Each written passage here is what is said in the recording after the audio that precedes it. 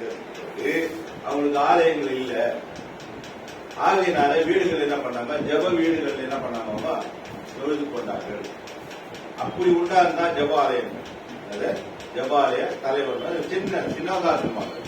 அது வந்து டெம்பிள் இல்ல, டெம்பிள் இல்ல, இங்கிலீஷ்ல டெம்பிள் தான் சொல்றாங்க. அது தேவாலயம் இல்ல, இங்கிலீஷ்ல வந்து சிவகாகுமா.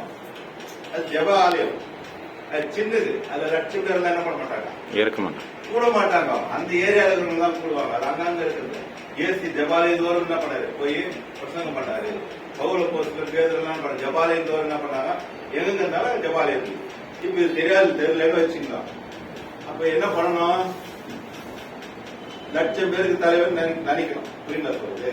அந்த மாதிரி நம்ம வேதத்துல இருந்து அறிவோடு நம்ம செயல்படும் போதுதான் சரியான கருத்துல நம்ம ஏற்றுக்கொள்ள முடியும்.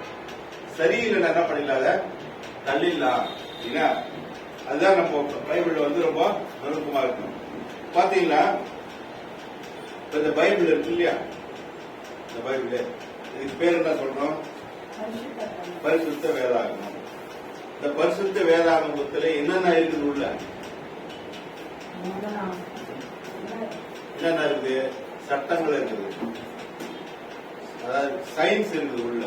அதுக்கப்புறம் பைபிள் என்ன, ராஜாக்களின் ராஜ்யங்களை குறித்து இருக்கு, அரசியலை பற்றி இருக்கு.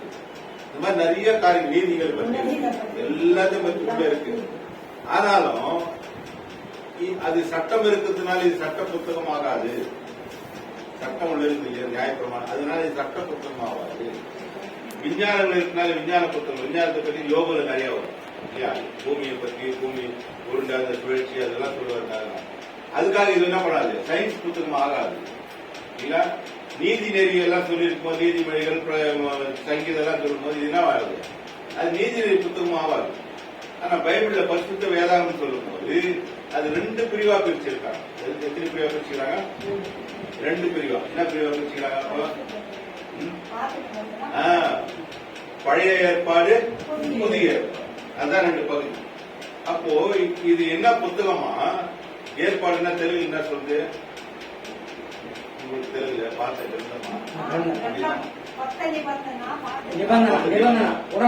புரியுது. அப்போ இது உடன்படிக்கையின் புத்தகம். இது பேர் என்ன, உடன்படிக்கையின் புத்தகம். அந்த உடன்படிக்கையின் அடிப்படையில படிக்கும் போதுதான் அது புரியும். இப்ப ஒண்ணு இல்ல, எனக்கும் அவருக்கும் ஒரு உடன்படிக்கை ஏற்படுத்திக்கிறோம் அப்படின்னு வச்சுக்கோங்க. அது யாருக்கு சம்பந்தப்பட்டது, அதை படிக்கும் போதுதான் அது உடன்படிக்கை என்னன்னு புரியும். மேலோட்டமா பார்க்க முடியாது இல்லையா. உடன்படிக்கைனா எப்படி, எல்லாத்திலும் ஒரு அக்ரிமெண்ட் போடும், அக்ரிமெண்ட் நிபந்தனை. அதாவது அக்ரிமெண்ட் போடும்போது கண்டிஷன்ஸ் ஒன்று வரும் இல்லையா. கண்டிஷன்ஸ் என்னது, ஒரு இப்போ இந்த இடம் வாடகை வேற வச்சுங்க, என்னத்து கொடுக்குறது, நீங்க நம்ம எழுதுறேன்னு மனசுக்குள்ளதான் வச்சுக்கலாம். இங்க வந்து நான் யாராவது வியாபாரம் பண்ண என்ன சொல்றாரு, ஒத்துக்கு மட்டும்தான் சொல்றாரு. உள்ள பத்தாரு ஊழியத்துக்கு தான் ஒரு சொல்லுவாங்க. அப்போ நிபந்தனைகள் இருக்கு, அக்ரிமெண்ட் பார்க்கும்போது அதுல நிபந்தனைகள் இருக்கு. அந்த நிபந்தனை பிரகாரம் தான் என்ன பண்ணாங்க, அக்ரிமெண்ட் செயல்படும். அப்படி இல்லைன்னா ஒருத்தர் கடைபிடிக்கலனா கூட அந்த நிபந்தனை ஆயிடும், கேன்சல் ஆயிடும். பார்க்கும்போது இந்த பைபிள்ல பார்க்கும்போது எந்த அடிப்படையில் இருக்கு இந்த புத்தகம், உடன்படிக்கையின் அடிப்படையில் தான் இருக்கு இல்லையா. அப்போ உடன்படிக்கைன்னு சொல்லும் போது நல்லா தெரிஞ்சு நமக்கு அக்ரிமெண்ட். ஒரு இப்ப நம்ம கூட இப்ப நாங்க இருக்கிற வீடு அது கூட என்ன பண்றாங்க, அக்ரிமெண்ட் எழுதிக்கிறாங்க. பாண்ட் பேப்பர் வச்சு எத்தனை மாசம் அக்ரிமெண்டா, 11 மாசம் அக்ரிமெண்ட், 12 மாசம் வைக்க மாட்டாங்க. 11 மாசம் அக்ரிமெண்ட். 11 முடிஞ்ச உடனே ஒரு கால் பண்ணி ரெனியூல் பண்ணுவாரு. அதுல என்னென்ன இருக்குன்னு கேட்டீங்கன்னா, இது வந்து வீட்டுக்கு உபயோகத்துக்காக விடுறேன், கமர்ஷியல் பர்பஸ் இல்ல. அங்க லிப்ட் இருக்குது, லிப்ட் எங்க பர்பஸ்க்கு வச்சிருக்கிறோம், நீங்க யூஸ் பண்றதா இருந்தா அது 1000 ரூபாய் தனியா வச்சுக்கணும். அதுக்கப்புறம் நீங்க காலி பண்றதா இருந்தா 3 மாசத்துக்கு முன்னாடி சொல்லணும். இதெல்லாம் சில கண்டிஷன்ஸ் எல்லாம் இருக்கு. அது எது செல்லாது, 11 மாசம் வரை அக்ரிமெண்ட் இருக்கு. ஒருவேளை நான் வந்து 3வது மாசமே நான் வேற மாதிரி செய்யறேன்னு வச்சுங்க, அப்ப என்ன ஆயிடும், அந்த அக்ரிமெண்ட் அது கேன்சல் ஆயிடும். ஓனர் கூப்பிட்டு கேட்பாரு, இது நான் சொன்ன மாதிரி இல்ல, இந்த கண்டிஷன்ஸ் என்ன பண்றேன். 11 மாசம் அக்ரிமெண்ட் போடும்போது மறுபடியும் அக்ரிமெண்ட்ல நான் ஒத்துக்கணும், அந்த அக்ரிமெண்ட் சைன் பண்ண முடியும். ஒத்துக்கலன்னா அது அந்த அக்ரிமெண்ட் வேலை செய்யாது. அடுத்த அப்ப என்ன பண்ணலாம், அந்த இடத்துல நம்ம இருக்க முடியாது. ஆமா. அந்த 11 மாசம் போது என்ன பண்றாரு அவரு, ஒரு 1000 ரூபாய் கூட்டுறேன் வாடகை என்ன பண்றேன், ஒரு 1000 ரூபாய் 1000 சொல்லிட்டு என்ன பண்றேன் எழுது. இதெல்லாம் நம்ம சம்மதிச்சு என்ன பண்றோம், கையெழுத்து போடுறோம். இப்ப இந்த பார்க்கும்போது இது உடன்படிக்கை, இதுதான் அக்ரிமெண்ட் எல்லா இடத்துல மற்ற எல்லா காரியத்திலும்.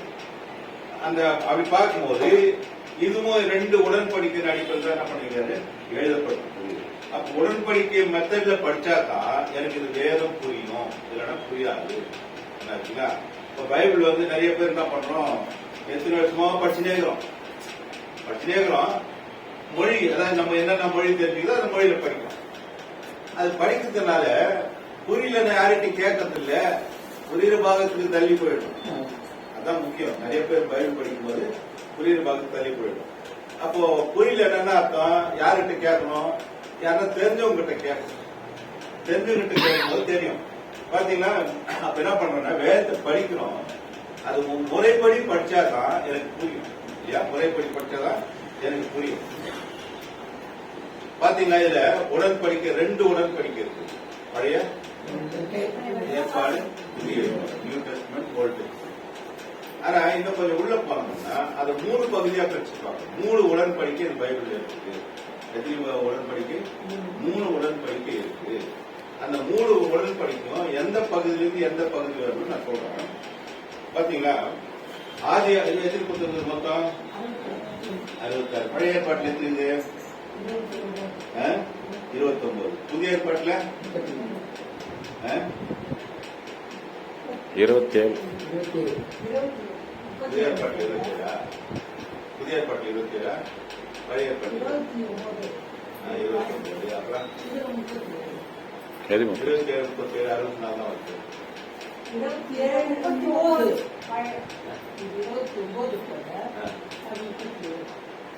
37. எண்ணி பாருங்க.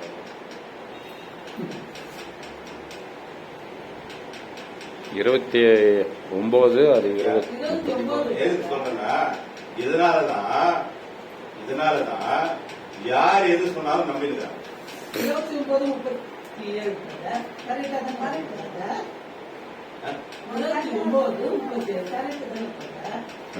39, 20.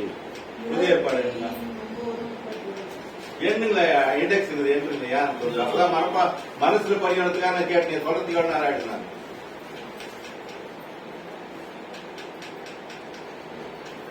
ஒன்னு எண்ணாவ போதும், ஒன்னு வந்துடும் கணக்கு. 2 எண்ணம் தேவை.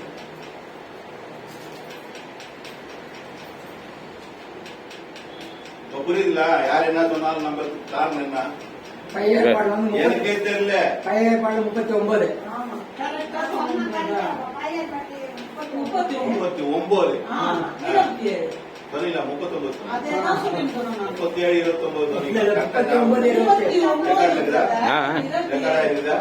ரெக்கார்ட் ஆகி 37, 29 சொன்னீங்க. சரி, ஓகே, சொல்லிதான் சந்தோஷம். இப்போ இது எத்தனை வருஷமா பயிர் படிச்சுக்கணும்? சரி, இருக்கும். எத்தனை வருஷமா பயிர் படிச்சுக்கணும்? கன்வெர்ட் ஆனது பயிர் படிச்சுக்கிறோம். எப்ப நம்ம கிறிஸ்துக்குள் வரணுமோ அப்பத்துல இருந்து இந்த பயிர் படிக்கிறோம். இன்னைக்கு கேட்டா கூட அது எத்தனை புத்தகம் நமக்கு தான் இல்ல, அது தெரியல. இல்ல காரணம் 66 தெரிஞ்சு வச்சுக்கிறாங்க. ஒன்னாச்சா, அதுதான் பயிர் செயல் நடத்துறது. சரி, இருக்கும். இனிமேல தெரிஞ்சுக்கலாம். இப்ப இந்த புத்தகங்கள் வந்து 39, 27 பார்க்கும்போது அது தெரிஞ்சாதான் நம்ம சொல்றதுன்னு சொல்றோம். முதல் புத்தகம் வந்து ஆதியாகமம் இருக்கு இல்லையா, ஆதியாகமம், அதுக்கப்புறம் யாத்திராகமம், அது ஆதியாகமம், யாத்திராகமம். இப்ப அந்த 2 ஆதியாகமம் வந்து ஒரு 50 அதிகாரம் இருந்தாலும் வருஷங்கள் அதிகம். 2000 வருஷம் கதை எதில் அடங்கிட்டு ஆதியாகமத்துல அடங்கிட்டு. அதுக்கப்புறம் இவங்க வரத்துக்கெல்லாம் சேர்த்துல ஒரு 2000 வருஷம் கதைக்கு மேலே வந்து பாத்தீங்கன்னா முதல் தேவன் என்ன பண்றாரு, ஒரு மனுஷனை படைக்கிறாரு. அது ஒரு குடும்பமா சிருஷ்டிக்கிறார். அதே அடிப்படையில் தான் இன்னைக்கு நம்ம குடும்பத்தில் நடக்குது. எப்படி சிருஷ்டிக்கிறாரு?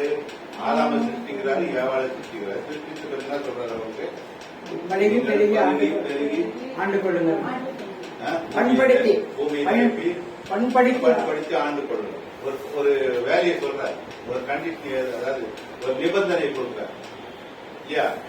இப்ப வேற ஒண்ணும் அவங்க என்ன எதிர்பார்க்கல, ஆதாம கிட்ட இருந்து ஏவாள் கிட்ட வேற எதுவும் எதிர்பார்க்கல. இல்லையா? இப்ப நம்ம குடும்பத்தில் கூட பசங்களை என்ன பண்றோம், வளர்க்கிறோம், படிக்க வைக்கிறோம், இதெல்லாம் நிபந்தனை தான். கையெழுத்து வாங்கி படிக்க வைக்கிறோமா? இல்ல இல்ல நீ வேலை செய்யும் போது என்ன பண்ணீங்க, எங்களை காப்பாற்றணும்னு சொல்லி. சர்வாந்தெல்லாம் கொடுக்கணும், கையெழுத்து வாங்குறோமா? இல்ல. இப்ப இதெல்லாம் நிபந்தனை இல்லாம, எதிர்பார்ப்பு இல்லாம நம்ம என்ன பண்றோம், ஒரு உடன்படிக்கையில இருக்கிறோம். அது வந்து நிபந்தனை அற்ற உடன்படிக்கை. அது பேர் அது நிபந்தனை அற்ற உடன்படிக்கை. எதுவும் கண்டிஷன் இல்ல, ரூல்ஸ் இல்ல, சட்டம் இல்ல. இது பார்க்கும்போது ஆதியாகமத்திலிருந்து யாத்திராகமும் 19ஆம் அதிகாரம் வரலாம். நல்ல ஞாபகம் வச்சுக்கணும். அப்பதான் உங்களுக்கு படிக்கும்போது புரியும். நேற்று கேட்டா டக்குன்னு யோகுக்கு போயிட்டாரு. நான் கேட்கிற கேள்வி நீ சொல்றது பதில். யோகம் என்ன தெரிஞ்சு எங்க யோகுக்கு நான் இந்த சட்டத்தை பற்றி பேசுறேன்னா இல்ல அமெரிக்காவில் அந்த சட்டம் சம்பந்தமே இல்லையா? புரியல, அதான் சொல்றேன். இப்போ ஆதியாகமும் 1ஆம் அதிகாரத்திலிருந்து யாத்திராகமும் 19ஆம் அதிகாரம் வரலும் ஒரு பகுதி அது. அதுதான் நிபந்தனையற்ற உடன்படிக்கை. தேவன் யாரோட உடன்படிக்கை பண்றாரா? தேவன் மனிதனோட உடன்படிக்கை பண்றாரு. அப்ப அக்ரிமெண்ட்னா எத்தனை பேர் இருக்கணும்?